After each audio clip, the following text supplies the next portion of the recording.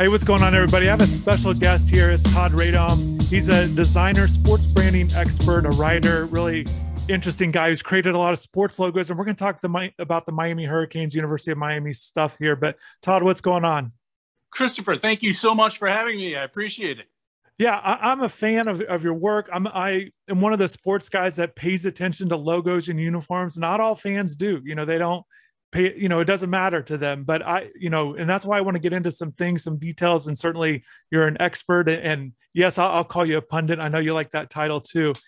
Let's get right into University of Miami logo, the U. Okay, so it's been around since 1972, but just what we always talk about is this the brand of the U and University of Miami, what that means. I'm curious from your standpoint, and obviously you've studied a lot of logos and created a bunch, just your thoughts on University of Miami, the U logo.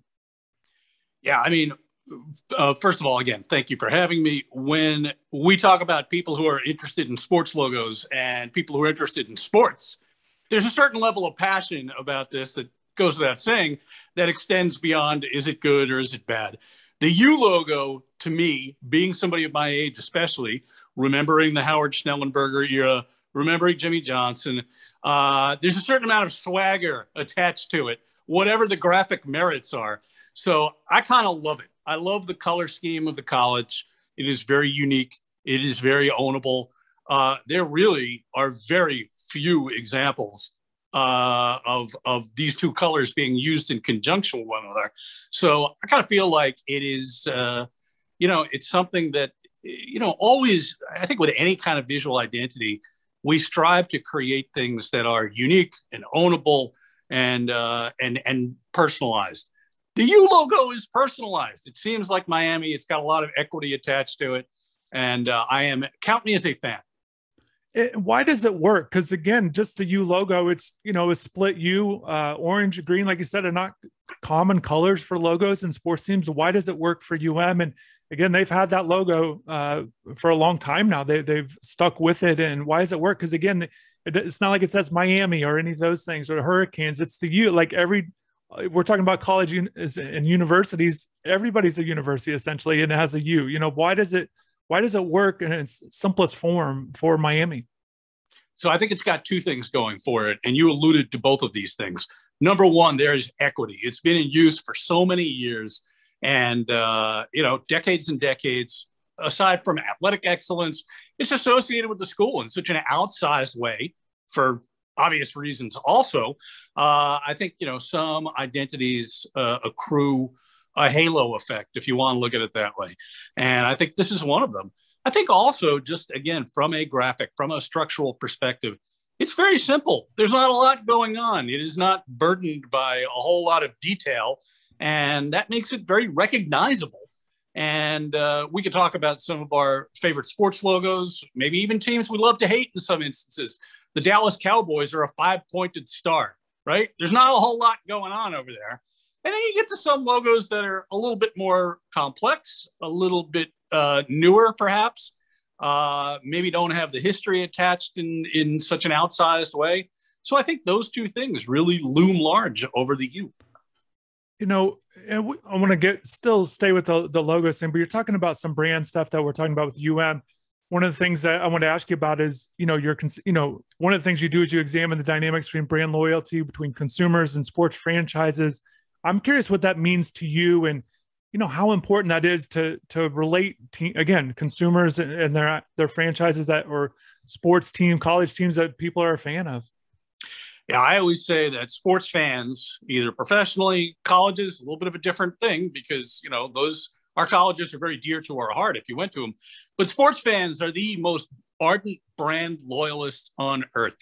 We tattoo logos on our bodies. We debate team names and new identities in a way that we would not debate such things if we were talking about our favorite soft drink or bank or beer or coffee or whatever it might be, right? So there's a level of interest and scrutiny and, passion and tribalism attached to this stuff that really, it's like nothing else in the world. No, you're absolutely right. And I just think about new team names because we all grew up fans of teams, and essentially they've probably pretty much stayed the same. And anytime a new franchise or changes the team name, I don't know how they come up with anything because it all sound, there's so much debate, and we don't, like you said, we don't do that with other things. We don't do it, for example, with movies. We watch them, or TV shows, we watch them. We don't care what they're called necessarily. We don't have these debates, and we don't get to vote on things like that you do with new sports franchises and teams. Miami with the U logo, they've only had two other primary logos. They had a block M, from 1940 to 64, and then they go for a UM logo, which I actually kind of like as a retro thing, kind of 60s, 70s there, and that's it. They've kind of just had those two. Any thoughts on their kind of the early history of their logos?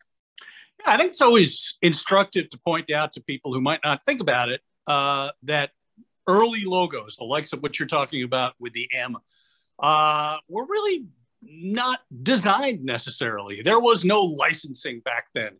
There were very few examples of things like t-shirts and beer mugs and stuff that logos went on. So the block M was just a signifier that really didn't have a whole lot going on for it because it didn't have to have a whole lot going on for it. Licensing, the attachment of logos to stuff, explodes in pretty much late 60s, 70s, into the 80s, and really boomed in the 90s, right around the time that the University of Miami in particular is, perhaps peaking, right? And now go forward from that and think about the fact that we all, exist in a world that is within our phones, within our mobile devices. So the way that these logos get attached to impressions, visual impressions, really changed significantly from those early years. And it's really changed significantly in the last 10, 15 years in a way that whoever created that M logo way back in the day could never have imagined. And we touched on, the U logo, that brand, the colors being unique. I think, Hurricanes in itself isn't necessarily unique. It's unique to Miami and where we're located and things like that. But just the mascot, the Ibis, the mascot logo, I'm very curious to your thoughts on that. But just the Ibis in general, your thought, that certainly is a very unique to the University of Miami. Sebastian, right? I mean, yep. The Sebastian mascot logo, in addition to the actual walking around Sebastian, is so cool because there is obviously a whole series of what I would term, charming college mascots, right?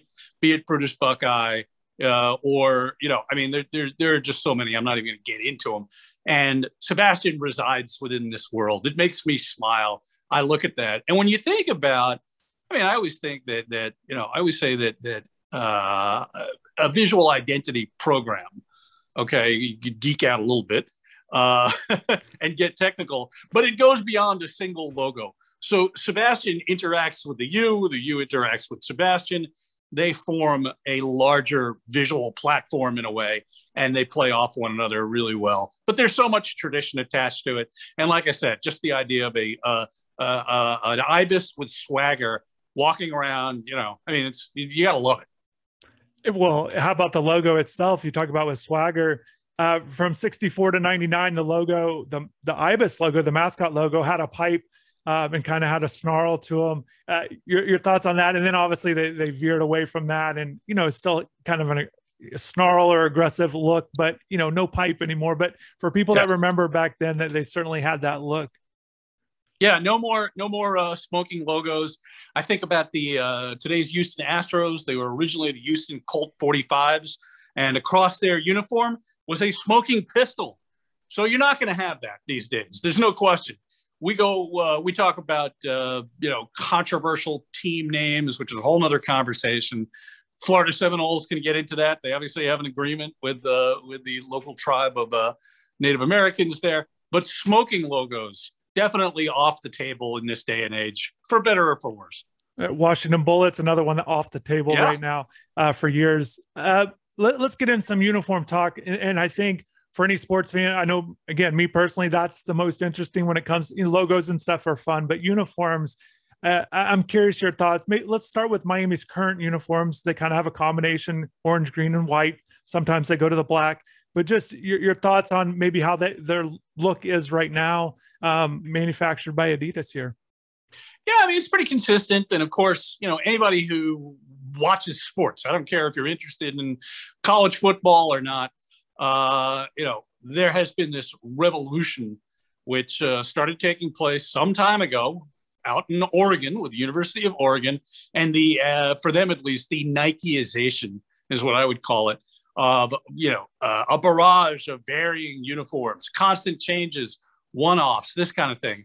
I think the University of Miami does a pretty good job. They look like the University of Miami. There are no mysteries. I don't know about you, Christopher, but I will occasionally look at my phone or maybe tune into an NBA game.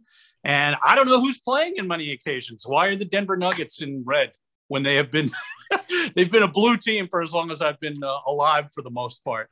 I think the U keeps it pretty simple. You can paint around the edges, but they have a very strong visual identity. And I think the uniforms are fine. And, knowing the fact that they will evolve some perhaps crazy things might take place within the uniforms at some point in time. It's certainly, you mentioned the colors, what teams are wearing. I remember kind of when Lids was doing their thing where they would maybe just have like a stylish hat, or for example, like a Yankees hat in red or whatever, when that trend started, but you never would see that on the field. It would just be more of a style. And we've certainly seen that. And MLB has done that with their kind of uniforms over the years. Sometimes they'll have those weekends and just to mix it up. But you mentioned the NBA, the Miami Heat obviously have a very unique one going on right now. Black uniforms, Miami's wore 2017 is when they had these Miami Nights uniforms. I'm curious, maybe your thoughts on if it works for Miami, but also I think the black uniform scheme is kind of sometimes controversial across sports, because we see it a lot with a lot of different teams implementing black. I'm just curious your overall maybe thoughts on a black uniform, but maybe how it works or doesn't work for Miami. So black uniforms really became a thing. First of all, you got to go back to the OGs, the Raiders, right? Such a classic look with the black and silver. And this bled into other sports in the late 80s, early 90s. So the Chicago White Sox, for instance, who had been all over the place with many, many looks. In 1990, they introduced these black, white, and silver uniforms, totally badass, and blew it out at retail. Plenty of examples of teams right around that era as, again, licensing is exploding. And all of a sudden, then you get to teams kind of throwing black into the mix for no good reason. The Kansas City Royals in baseball went to black uniforms. The Oakland Athletics in baseball with black uniforms had nothing to do with the look of it. The New York Mets here, in New York. There are some teams that added black into the mix as a complementary color. And, it might make sense. I think in the case of, I'll get to the U in 1 second, but I think, part of this is, black seen as an intimidating color. I think from a retail perspective, anybody can wear black, right? It's kind of like this downtown New York fashion look to some degree.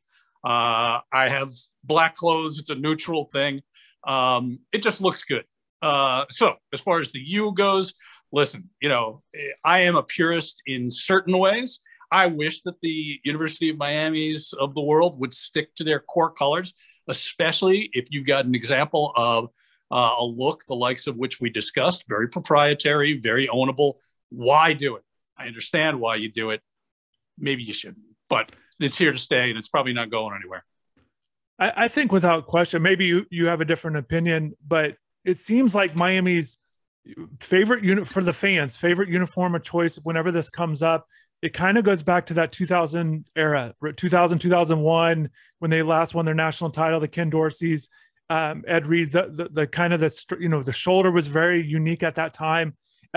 Any thoughts on the design of that? There were a lot of things going on, and I think me personally, I was a big fan of it. Whether all three of the looks, whether it was white or green tops, I thought that jersey. Does that one stand out to you? Is there another uniform that Miami's wore in football? And kind of going back a long ways, they actually used to wear kind of a green and gold look, which is kind of beyond thoughts. And they've kind of tried to bring back on some retro looks, and it just doesn't look great. But your thoughts there on maybe an all-time look for Miami? Well, so much of this kind of conversation is driven by who we are as individuals, where we're from, and always what our age is, right? So somebody like me, a guy in New York, in my 50s here, I think of those. I am a fan of the classic silhouette of football uniforms when you could see the stripes, when they weren't truncated, when the shoulder pads were just gigantic and they went out. So I think about the look of the 80s as kind of being right in my wheelhouse in terms of what I like. But the uniform you referenced was certainly a solid one, and to your point, it is associated with an era of greatness, which again elevates it to a tremendous extent. But you talk about football uniforms in particular these days, and you see it in the NFL too. There are teams that are eliminating what we call TV numbers, the shoulder numbers, because the sleeves are so truncated. And, I think about they're classic. I remember the Philadelphia Eagles uniforms when I was a kid in the 70s with all of those stripes, right? And early 80s. A great look. You couldn't have it today. Jets, the Joe Namath Jets. Great look there too. The old Colts, kind of half a stripe that's interrupted is not quite as visually pleasing for me personally. Yeah, it's interesting. I kind of think back at one of the things I was doing with this channel was, I was kind of doing some mods and kind of on the Madden game and creating uniforms on there. And I created a high school uniform that had like 5 or 6 or 7 stripes on the shoulder pad, which was crazy on a design element. You just don't see that many stripes. It seems like maybe just a few, but it was just a lot. I want to jump into some things. So Miami's got a contract with Adidas. They had signed a 12-year deal from 2015, so it runs through June of 2027. I'm curious about maybe the landscape of that. If you think it's a good fit. People always wonder, will Miami go back to Nike? Is that an option, or is that even a possibility? And obviously the head coach that they have now and his ties to Oregon and Nike. I'm curious your thoughts on maybe what it looks for Miami, the University of Miami moving forward, sticking with Adidas or maybe a Nike move back. Who knows? What are your thoughts? Well, within this piece of the conversation, we have not referenced a major player in our sports apparel world, which I think you're going to see maybe enter into this conversation in a big way sooner rather than later. At one time, it would have been Under Armour, right? But they have kind of retrenched. Fanatics, look to Fanatics, which is now valued as something like $27 billion company. And their fingers are in so many things. I could see branded Fanatics college teams coming into play at some point in time. But as you said, Adidas and Nike back forth. There are some schools that have, stuck with their contract and stuck with who brought them to the dance almost, if you want to look at it that way, for years and years and years. And I think that could be changing. But again, that's like this, business discussion that is so far above our collective pay grade, you and I, that it's hard to imagine what that is. But I will say this. I think in both cases, Nike and Adidas, they look to trends. And when you talk about colleges, certainly they are looking to appeal to prospective recruits, right? And when you're talking about, people who are 17 years old, trends come and go at such a rapid clip. 17-year-olds of the world, I think to some extent goes without saying, they are, way ahead of big companies that take, a year and a half to ponder a uniform change. So I think we're going to see changes, whatever the case. And they're going to have to be reactive in a way that maybe they wouldn't have been not so long ago. Todd, I appreciate all the insight. What are you kind of working on right now? Is there any project that you could mention? And look, for fans of Todd, or if you're interested, you got books, but the prints are really impressive. There's a nice Miami one, 11x17 on your website that I was impressed with. There's, if people are interested in that, but what do you kind of got going on right now? What are you kind of working on? So right now it is early March. I work with Ice Cube and his big 3-on-3 basketball league. And that tips off in June. So right now we are in the process of uniform changes for 2022. It's a small league. It's nationally televised, but a little bit of a different beast. And it's really fun. So just kind of getting everything lined up for that. Just a bunch of other stuff. Been doing some work with Major League Baseball, fingers crossed on the labor front. Again, way out of our pay range. But, that stuff keeps me busy, and just a range of other things. I probably at any given time am juggling, 10 to 12 projects very, very happily, keeping the plate spinning in the air. And it's always fun. Yeah, that's great. So appreciate you taking the time going through this rundown. We'll talk soon, but definitely, it was great talking to you, Todd. We'll take care. Christopher, thank you so much. It's been a pleasure being on. I appreciate the opportunity to chat.